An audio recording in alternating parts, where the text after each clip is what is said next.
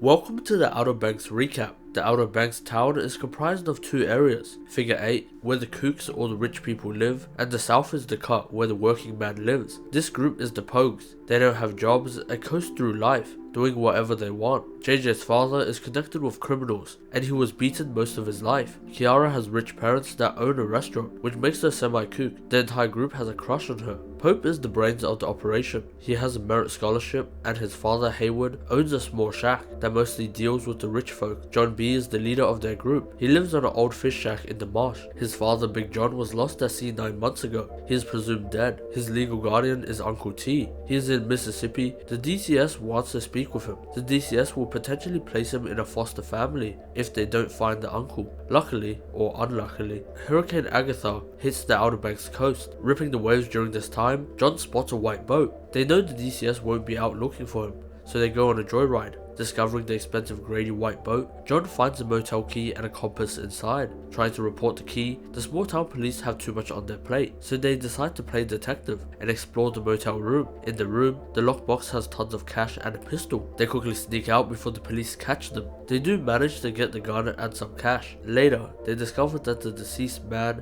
and owner of the boat was Scooter Grubbs, a worker for the Camerons. People are searching for his boat. They throw a party to act normal. The cut, the kooks, and tourists arrive. Sarah Cameron is princess of the kooks. She has an obsessive boyfriend named Topper. After a minor talk about being a kook and a pogue, they fight, and JJ pulls out the pistol. The kooks and pogues clearly hate each other. Moving forward, John B goes through his father's research room, opening the compass to find a secret compartment. Inscribed, Redfield. John B believes this is a sign from his father. He was searching for the royal merchant when he went missing. They use this and link it to John B's great-grandmother, Olivia Redfield, and the crack in the wall is a map. The coordinates point exactly to Tanny Hill Plantation, or where Sarah Cameron's father, Ward's estate, is located. The Royal Merchant was a ship used to transport slaves for the Limburys. Once Denmark Tanny was able to buy his life with gold, and so forth all the slaves, this gold he used to purchase Tanny Hill. He was eventually lynched for his wealth. He had hidden it for his son. Caught by the DCS, John makes a plea to retrieve a photo of his father,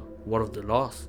There he makes a sprint for it and lands in Sarah's lap. She agrees to aid him and takes him to Tanny Hill, where in the past, when Ward moved in, he donated all of Denmark Tanny's diaries and memorabilia.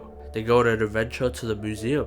On this trip, they start to fall in love, but in the archive, they find a letter. Rushing back, they kiss, and agree to never leave each other. They also have spy names Val and Vlad. Unable to read the language, John B gets his language teacher to translate. The only important detail is that Tanny tells his son to plow the wheat on a specific plot of land. Noticing the symbol of wheat, John believes that that is the coordinate of the gold. John is picked up by the Sheriff Peterkin, investigating the royal merchant. John is let off the hook once he hands over the compass. Now knowing about the gold, he asks for Sarah to get the map of Tanny Hill and meet him at midnight. This also creates a confusing interaction between her and Topper. Spotting them talking, he tries to suddenly interrogate her. This leads nowhere, so he follows her to the meeting spot. Atop a tower, they rejoice for the gold and their future of love, until Topper shows up and accidentally pushes John B to his death. The end.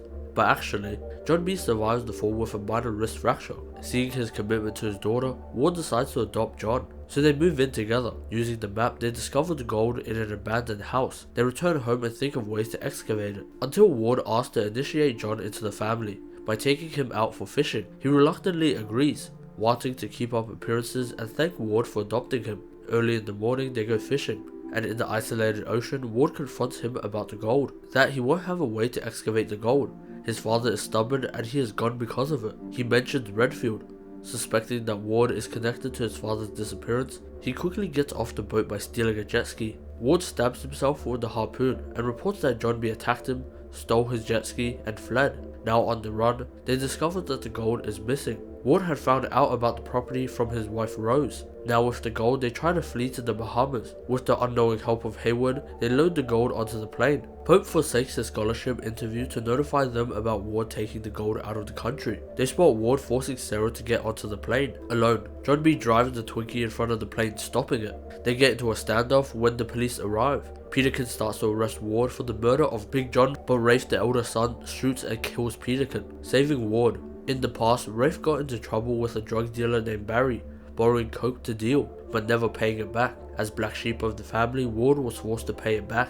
and now all he wants is Ward's attention. He now believes that he has saved Ward. Dragging Sarah back to the mansion, they pretend they were there the entire time. John B flees the scene. As Ward calls for help, he calls a person to fly the plane full of gold out of the country, framing John B for the murder of Peterkin. Sneaking Sarah out, they flee together. Getting lost in a massive storm, people are unsure if they are even alive. Washed up from the storm, they are picked up by Captain Terrence, Stubbs, and Cleo. Together they are going to the Bahamas. This rinky-dink group decide to rob Ward's gold. They fail and barely manage to escape with the help of Cleo. At OBX, the Pogues discover a cross encrusted from gold, named the Cross of Santo Domingo. Pope receives a letter from a person that could help acquit John from his crimes. The Pogues travel to Charleston, meeting Carla Limbury. She questions Pope on the key in his family. They run into John B and Sarah. He discovers that his lineage is that of Denmark Tanny. His grandmother kept it hidden to conceal their fate. Realizing the cross is rightfully his, he later finds out that Limbury was asking for the key because the cross is said to hold the cloth that can heal her disabilities. Long story super short, they trade the key for the evidence and deliver it to the police. With the exculpatory evidence, they arrest Rafe until Ward confesses to all the crimes and commits suicide by blowing himself up. They find the cross of Santo Domingo, and it is short-lived because Pope is stung and rushed off because he is allergic. Using Topper's phone to stalk Sarah, they swoop in and steal the cross from right under them. Carla makes a deal with Rafe, but when she opens the compartment, the cloth has already disintegrated over time. The Camerons drug Sarah to try and get the family back together.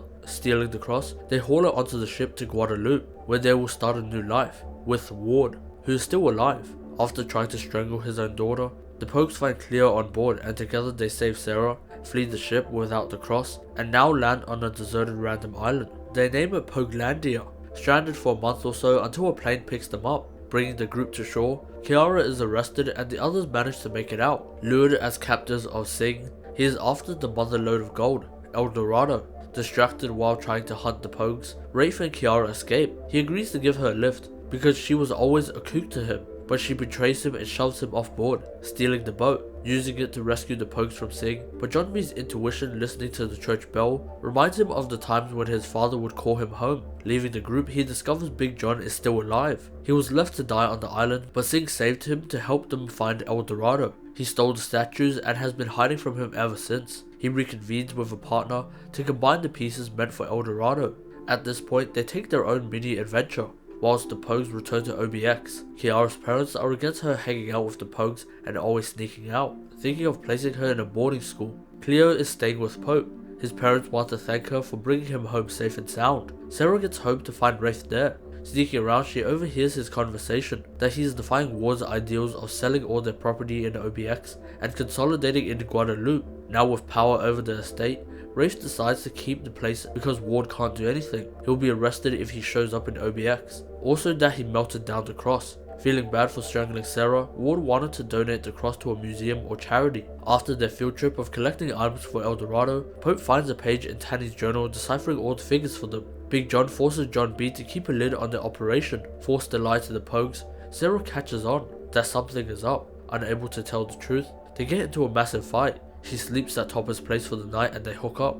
John B gets wind of this and beats him up at Carrera's party. He is about to press charges against John B, but Sarah manages to talk him out of this, promising that she is going to stay with Topper after all of it. She doesn't. He finds out and burns down their house. Back on their trips, they visit an old friend to decipher the meaning of the figures. He is killed in the process and Sing manages to kidnap Big John. They need to travel to Orinoco, the place said to hold El Dorado, also to save Big John. Convincing Ward, he agrees because he wants Sarah back in his life, but they are forced to take the jet together, and he overhears their plans of El Dorado. Searching for Big John, they check out all the motels near the markets, hearing shrieks from a room that can only be discerned by one Big John. Using firecrackers to distract Sing, they help Big John escape. They ascend the lake, where Jose has already been paid. Ward was waiting for them. Skeptical, his excuse is that he wants to ensure Sarah is safe. Forced to take the boat together as Sing's men are searching the market. At the hollow of the mountain, Ward says that his legs won't allow him to get up the mountain, so they ascend without him. Reaching the ceremony site right as the full moon casts the lights on each figure, they quickly decrypt the message. Hot on their trail, Sing was tipped off by Ward. Their deal was that he could have Big John if he let Sarah live. Once the bodyguard turns the pistol on Sarah, it turns to an all-out war. They flee into the caves where the real El Dorado is located. Unable to fit under, Big John advises them to go in ahead, and answering the question correctly, jumping over caverns, they reach their dreamt lands, City of Gold. El Dorado. Piling tons into his bag, they rejoice just as they make it out to show Big John. But they are being held at gunpoint, screaming for Big John to come out if he wants his son to live. Igniting a stick of dynamite, he throws it into the cave. It explodes with Singh in it, as the group reach freedom, until one of Singh's men hold them at gunpoint. With a change in his heart, or character development, Ward tackles him off the edge, saving their lives. Not so long after, Big John succumbs to his wounds on the boat back to OBX. 18 months later, the Pogues are held in high regard for their discovery, so much that they are offered a new case to search for Blackbeard's missing ship. This is where the story ends. Make sure to subscribe, and for more, watch this.